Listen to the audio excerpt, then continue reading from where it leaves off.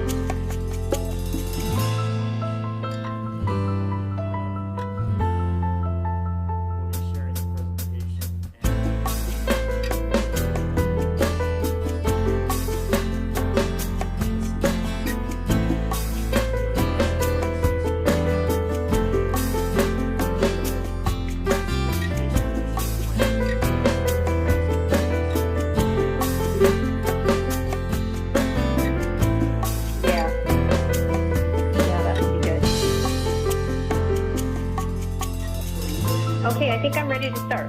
Okay. I'm ready to go. Let me give Kate the signal. And Okay. go ahead and kick it off. All right.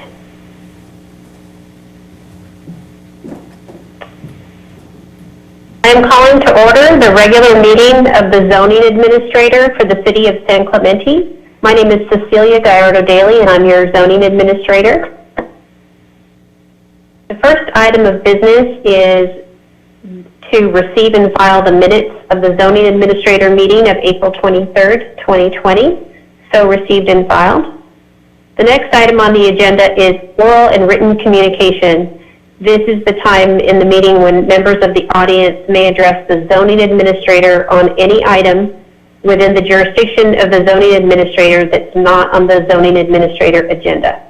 Speakers can submit their comments on agenda items to the zoning administrator electronically, and we can read those into the record as long as we receive them by 12 p.m. on zoning administrator meeting days.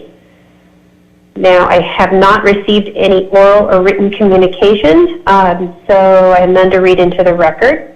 I will move on to the next section of the agenda, which is public hearings. Our first public hearing item is for a minor exception permit at 205 West Paseo de Cristobal, and our staff planner, Katie Crockett, will provide us with a staff report. Good afternoon, Katie Crockett, Associate Planner. Before you this afternoon is minor exception permit number 19-445 for 205 West Paseo de Cristobal. It is an existing single-family home in the RL zone with a non-conforming side yard. On the northeast side, the house is built to approximately 4.84 feet. The residential low-density zone requires a side setback of 10% of the average lot width, which in this case would be 5.7 feet. The applicant requests to legalize the side setback line, representing a 15% reduction in the side setback. This can be permitted through the MEP process per San Clemente Municipal Code Section 17.16.090C18A. This would allow onto their property with the caveat that if 50% or more of the exterior walls of the existing home are removed, it would void this MEP. Additionally, our standard condition 1.6 requires the project to be commenced within 3 years from date of approval. Staff does recommend a slight modification to this language because there's no actual construction project to commence. So staff does recommend that we modify condition 1.6 to read something like MEP 19-445 shall be deemed to have expired if within 3 years of approval the applicant has not completed an addition to vest the grant of this minor exception permit for this property. This simply would provide a similar expiration date as most other projects do. This one was somewhat just a little bit different than how we typically grant minor exception permits with the project coming later. So this puts basically a sunset on that and just clarifies that standard condition for this particular project. Staff has received some public comment, which I can read into the record when you're ready. This concludes my presentation, and I'm available to answer any questions. All right, thank you, Katie, and thanks for that condition clarification. That was going to be one of my questions regarding the utilization of the minor exception permit. So I think that clarified language in the condition helps to resolve the issue of vesting of the permit. All right, I don't have any follow-up questions. I will open the public hearing now for this item, and you can go ahead and read into the record the comment letter that we've received. Okay, this comment letter is from Owen Hunt. He is the next door neighbor to the subject property. It says, to start, I would like to say that there are no images in the Moran's proposal showing my property and its placement in relation to their construction proposal. They have only included the 207 residents to their right of their property. Included is an image, and he attached those, and we forwarded those to you, Celia, showing the placement of my property in relation to theirs. Also included is an image of our adjoining properties and the property line roughly shown using yellow tape. It is visibly clear that their setback is very narrow. Picture a second-story addition with an estimated 3-foot roof overhang. It would make that setback seem even narrower. Since March of 2018, I have invested a considerable sum of money to completely remodel and incorporate additions into building what has become an entirely new home. A build that still continues today. Throughout the entire process, my architect and I have designed, planned, and built my house in accordance to all of the building codes and zoning ordinances put in place by the City of San Clemente. We never asked for exceptions because it was always possible to follow codes when building my house. Following these codes is achievable as it relates to the Moran's construction proposal. They can easily extend their setback to meet the requirements. Considering the current size of the setback measured from my property line to the Moran's, the amount of space located on their property does not meet code and would qualify as a fire hazard. Not to mention the inclusion of the overhang to the Moran's roof would add to the encroachment of their house. It says onto my property and increase that fire hazard potential. Please note that the size of the setback on the other side of the Moran's property, next to the neighboring 207 West Paseo address, the plans have been designed in accordance with the 5.7 feet requirement.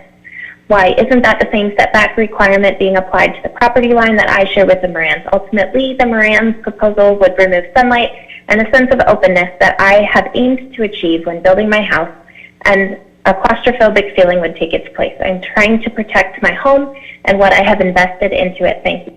Regards, and Hunt. Okay, That's thank the last you. public comment that I received.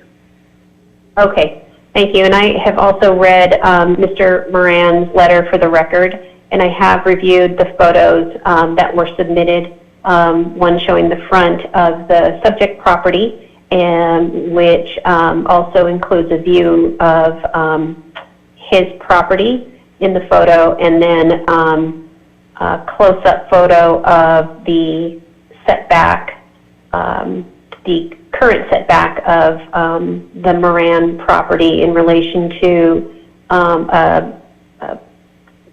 potential property line in yellow tape. So, okay, thank you. Katie, I do have a question. You know, in response to the concern raised by Mr. Owen and the ability for the property to meet the setback, is it possible to add a condition that would require the new development or the new portion of the home to meet the setback? Yes, I think we could, and I think that would probably, like you said, help to alleviate some of the concern with regard to, you know, the light and the claustrophobicness of it. If they were to just simply legalize the side setback on the first floor, but have any addition meet the required setback. So what we could potentially do, if you desired to, we could add condition 1.9, which would read, let's see, something like, this permit legalizes the existing first floor northeast side setback to allow for a future addition to the home. Any future addition shall meet the standard side setback of 5.7 feet unless an additional MEP is applied for and granted. Is that what you had in mind? Yeah, that's great. I think that could potentially satisfy Mr. Owen's concern that anything built above the second floor, if it were built to the minor exception setback reduction number, that it could potentially impact light and air to his property. So I want to be mindful of that and take into account his comments. So I think if we could add that condition to the permit, then I would be satisfied. And I think having the new portion of the home meet the setback is a good compromise. Okay. Can I just clarify one thing? Yes. So because we have just added this condition, I haven't had a chance to clear it with the applicant. I know they had drawn up plans, which we are not approving today. It is not a part of this permit, so we're okay. That the second story was built to that new setback line. So my only just comment would be that while I did speak with the applicant about the existing conditions we had drafted and they had no concerns, they obviously would not have approved this new condition 1.9. They obviously have the right of appeal, and with the way that we worded this condition 1.9, they could apply for a new MEP and still, address that future development through that if they really wanted to pursue it, that 10 inches closer to the property line in the future. Yes. Yes, the applicant doesn't have to accept the condition. That's correct. Right. Mm-hmm. Okay. Mm-hmm. All right. Okay, well, with that,